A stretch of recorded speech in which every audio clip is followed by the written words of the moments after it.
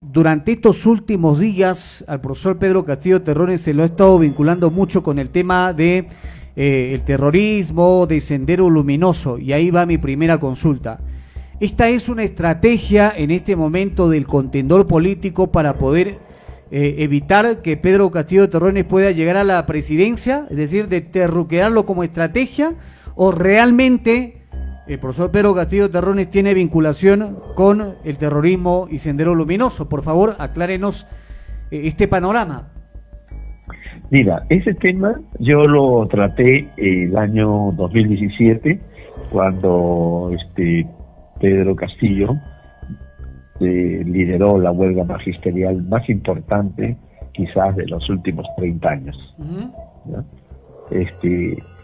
Ahí había una versión del Ministerio del Interior, ¿no?, que tenía como ministro a Carlos Basondío, que decía que el profesor Castillo era un eje de la unidad de dos corrientes del senderismo: el Movadé por un lado, que es el brazo político, legal del Sendero Luminoso, y de Proseguir, que es una facción era una facción del senderismo. Mira, yo frente a eso salí y escribí varios artículos y señalé de que Pedro Castillo no era senderista, ¿no? Él viene de una experiencia de ronda campesina en Chota, él es de Tacabamba, ¿no?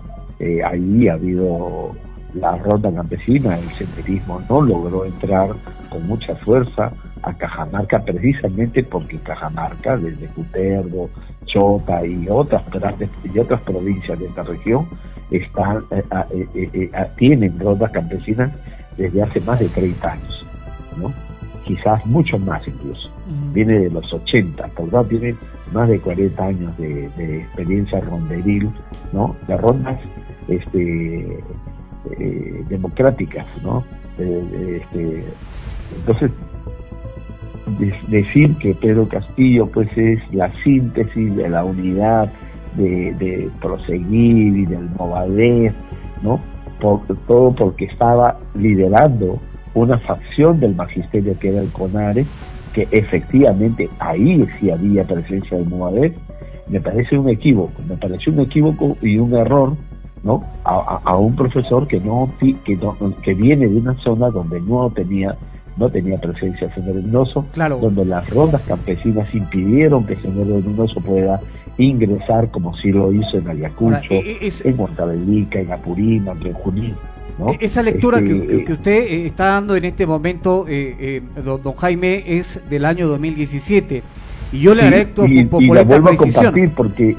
Y sí, yo le agradezco por esta precisión, porque en ese entonces el Estado, digamos, buscó un poco replegar esa gesta, digamos, histórica, como usted lo denomina, de la huelga del magisterio. Usted se ratifica ahora en el año 2020, es decir, o 2021, claro, o 2021, perdón, una vez que el profesor Pedro Castillo Terrones pasó a la segunda contienda electoral, ¿se ratifica en esa misma postura de desvincularlo completamente? Sí, lo hice en 2017, cuando recibió las acusaciones, ¿no? Lo que pasa es que el ministro del Interior quiso tirarse abajo la huelga. ¿Usted qué cree que esta estrategia del terruqueo le pueda funcionar? Porque ya lo utilizaron, digamos, antes de que Pedro Castillo pueda llegar a la segunda vuelta electoral, y esos son los resultados. Y será el principal caballito de batalla de Keiko Fujimori, que en este momento está siendo investigada por lavado de activos, su partido investigado por organización criminal. Miren, yo creo que la pelea va a ser contra una candidatura como la de Pedro Castillo, que ha dicho muchas cosas en esta campaña electoral, ¿no?, que lo están vinculando, lo terruquean, lo venezolanizan, o sea, lo chavinizan, ¿no? Y a pesar de todo eso creció. Yo creo que van a tener que cambiar de estrategia, aunque están siguiendo con la partitura. Pero, ¿qué enfrentamos con el Fujimorismo? Con el Fujimorismo estamos enfrentando al narcopartido más importante del Perú. Narcopartido, esta es una organización criminal es el crimen organizado más importante del Perú metido en la política, controlando un partido, ¿ya?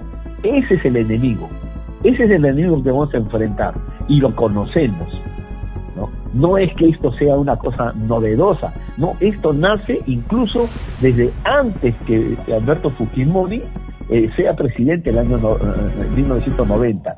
El hermano de Pablo Escobar, en una entrevista a la revista Cambio de Colombia, el año 2000, él confiesa de que su hermano Pablo Escobar, jefe del cártel de Medellín, aportó $1 millón a la campaña de Alberto Fujimori. Y yo lo voy a publicar nuevamente esto porque es importante que la gente esté informada, porque el año 2000 el hermano de Pablo Escobar no tenía ninguna motivación para decir lo que dijo, y el dinero, según él, lo dio a través de Vladimiro Montesinos. Estamos hablando de que poco antes de tomar las riendas del poder, el fujimorismo ya era casi una organización criminal del narcotráfico, ¿no? Y después tenemos una larguísima historia con el narcotráfico, ¿no? Tenemos el y que seguro seguiremos hablando. Narcobuques, tenemos militares cobrando cupos en las pistas de aterrizaje. Todo esto era enviado desde el SIN, del Servicio Nacional de Inteligencia. Esta es la organización con la que vamos a enfrentar.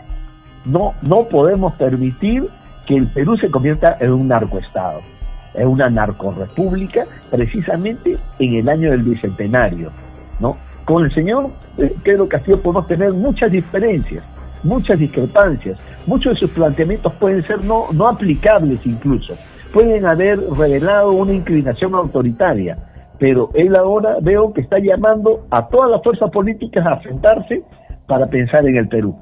Entonces, eso quiere decir que está dispuesto a deponer ciertos planteamientos que no son viables. Y a concertar. ¿No?